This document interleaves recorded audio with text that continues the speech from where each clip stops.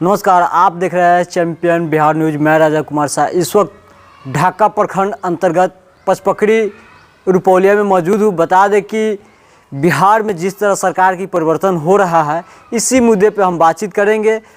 हमारे साथ बिहार प्रदेश के मुख्य प्रवक्ता सह मीडिया प्रभारी जनसुराज टीम से हैं। उनसे हम कई सारे मुद्दे पे हम बातचीत करने की कोशिश करते हैं। सबसे पहले तो चैंपियन बिहार न्यूज चैनल में आपका बहुत बहुत स्वागत है। धन्यवाद आपको भी और आपकी पूरी टीम को जनसुराज परिवार की ओर से हार्दिक अभिनंदन, स्वागत। और आपकी टीम के माध्यम से, आपके चैनल के माध्यम से संपूर्ण बिहारी भाइयों का हार्दिक अभिनंदन, नमस्कार, प्रणाम। सवाल है कि बिहार में जिस तरह की राजनीति भूचाल आया है, जिस तरह से परिवर्तन हुआ है सरकार का, इस पे क्या, इस मुद्दे पे क्या कुछ कहेंगे? देखिए, बिहार में जो परिवर्तन हुआ है ये डर का परिवर्तन है।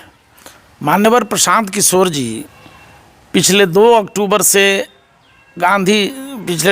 2022 से चंपारण के भितिहरवा से पदयात्रा उन्होंने शुरू करी। ये पदयात्रा अभी 12 जिले को पूरा करके 13वां जिला बेगूसराय में है, जो अब वहाँ भी ये ज़िला पूर्ण होने वाला है। जल्दी ही खगड़िया में अब मान्यवर प्रशांत किशोर जी की यात्रा पहुँचेगी, आप सबको मालूम है।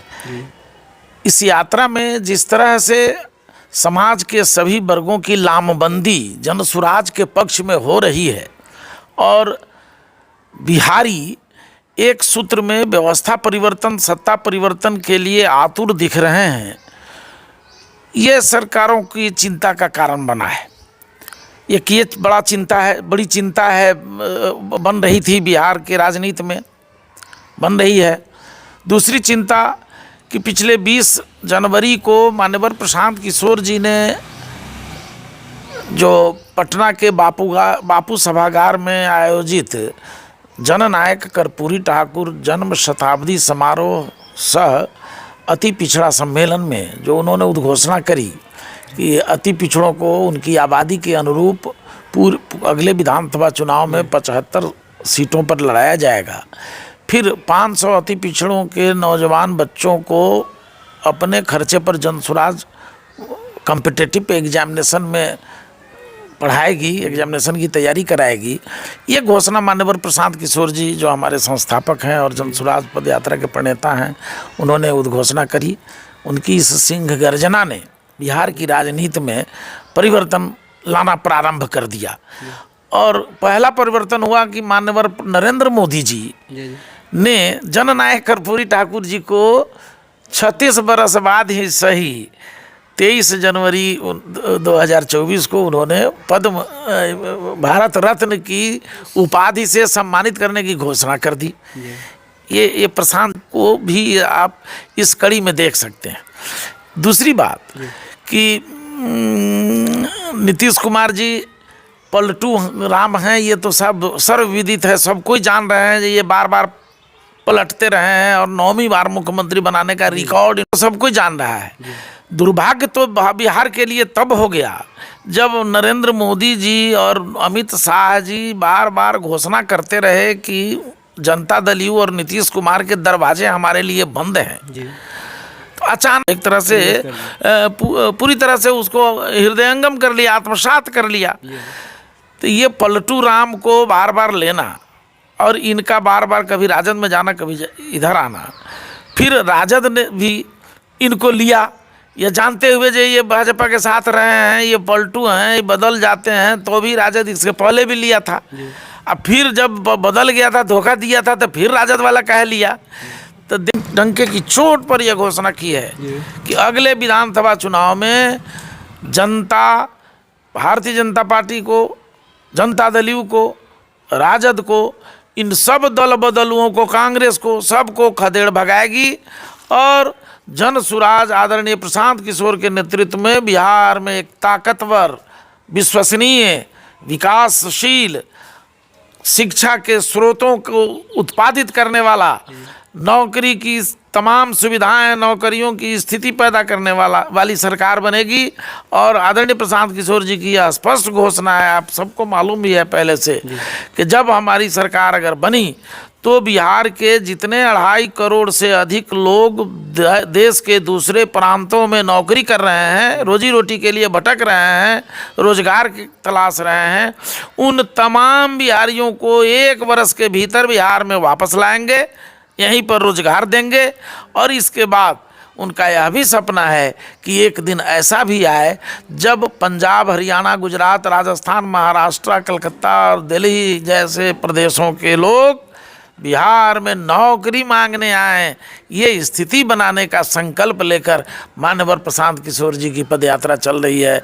और तमाम राजनीतिक जो उथल पुथल हो रहा है उसकी जड़ में प्रशांत किशोर जी की लोकप्रियता, गरीबों, दलितों, वंचितों, मुफलिसों की जो आवाज़ बन रहे हैं, वो जो संगठित होकर उनके नेतृत्व में ये लोग खड़े हो रहे हैं पूरे बिहारी, इस बात का भय भारतीय जनता पार्टी को भी सता रहा है। नीतीश कुमार जी को इतना ज़्यादा सताया जो वो भाग करके फिर से भाजपा में चले गए। भाजपा के कुछ नेता है जो कहते हैं कि प्रशांत किशोर अभी दल नहीं बना है, वो अभी एनजीओ के तौर पे काम कर रहे हैं। क्या दल कब तक बनने का संभावना है? देखिए, सच बात है, हम दल नहीं बनाए, अभी हमारा दल नहीं है, ये अभियान है। पहले मैंने कहा कि आदरणीय प्रशांत किशोर जी सही लोग, सही सोच और सामूहिक प्रयास से बिहार में एक नई व्यवस्था स्थापित करने चले हैं। वो व्यवस्था महात्मा गांधी के नेतृत्व में आज़ादी के पहले जो कांग्रेस थी, जिसमें सर्वे भवन्तु सुखिनः, सर्वे सन्तु निरामया, सर्वे भद्राणि पश्यन्तु माँ कश्चित् दुःखभाग् भवेत् का जो दृष्टिकोण के विकास की, और जननायक कर्पूरी ठाकुर ने जिस व्यवस्था की लड़ाई लड़ने को, उन दलितों को, उन शोषितों पीड़ितों को, उन अति पिछड़ों को, सवर्णों को, गरीबों को, सबको मुख्य धारा में लाकर सबकी प्रगति सुनिश्चित हो, ये व्यवस्था जो समाजवाद की व्यवस्था है, जो सबको लेकर चलने की व्यवस्था है, इस विचारधारा के साथ प्रशांत जी आगे बढ़ रहे हैं। और यही कारण है कि बिहार में जात पात धर्म मजहब से लोग अब ऊपर उठकर बिहार की उन्नति, बिहार की प्रगति के लिए सोचने लगे हैं। और प्रशांत किशोर जी जिस मजबूती से विकल्प दे रहे हैं, मजबूत विकल्प बनाने की तैयारी हमारी चल रही है तेज़ी से। हम बिहार में एक सशक्त विकल्प और व्यवस्था परिवर्तन के वाहक बनने जा रहे हैं।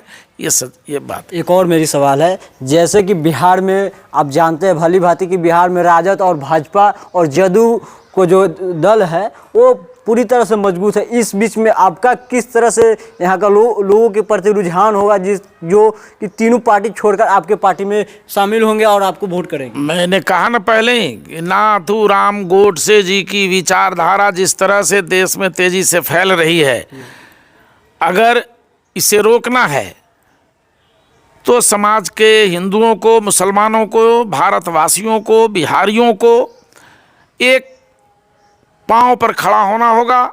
महात्मा गांधी की विचारधारा, बाबा साहब भीमराव अंबेडकर का कानून और उनकी सोच, उनकी समझ, जननायक कर्पूरी ठाकुर की विचारधारा, जब तक इन सब को एक जगह जोड़कर, जो सभी गांधी की विचारधारा के ही संपोषक हैं, संवाहक हैं, तो अंततः तो गांधी की विचारधारा ही सार्वभौम है, सर्व स्वीकार्य है, सर्वप्रिय है।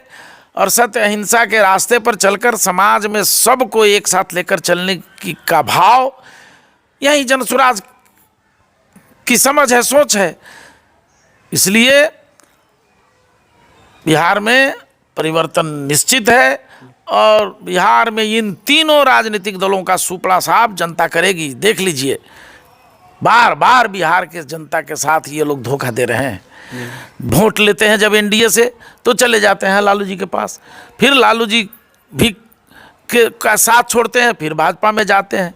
और ये सभी दोनों दल, नीतीश कुमार दल बदलू हैं, लेकिन ये दोनों दल जो उनको बार बार प्रोत्साहित कर रहा है, उनके लिए चांदी का तस्तरी बिछा करके बैठ जा रहा है, ये दुर्भाग्यपूर्ण है। जनता इससे बहुत नाराज़ है। जनता भारतीय जनता पार्टी के इस कदम से भी काफ़ी तकलीफ में है और इसका खामियाजा इनको 2025 में भुगतना पड़ेगा। और 2025 में बिहार की जनता एक सूत्र होकर, एक मुश्त होकर इन तीनों दल बदलुओं को खदेड़ भगाएगी, ये तय है। अब जाते जाते यहाँ का जो क्षेत्रवासी हैं, उनके लिए क्या संदेश देना चाहते हैं, किस तरह से? देखिए, मैं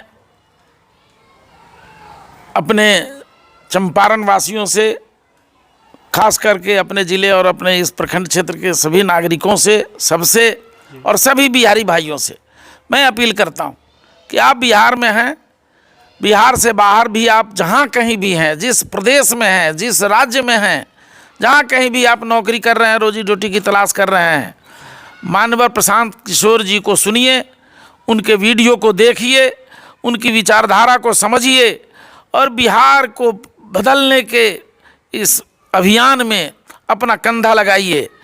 आप अपना भविष्य भी सुधारिए और अपने बच्चों के तकदीर को भी, मुस्तकबिल को भी मजबूत बनाइए।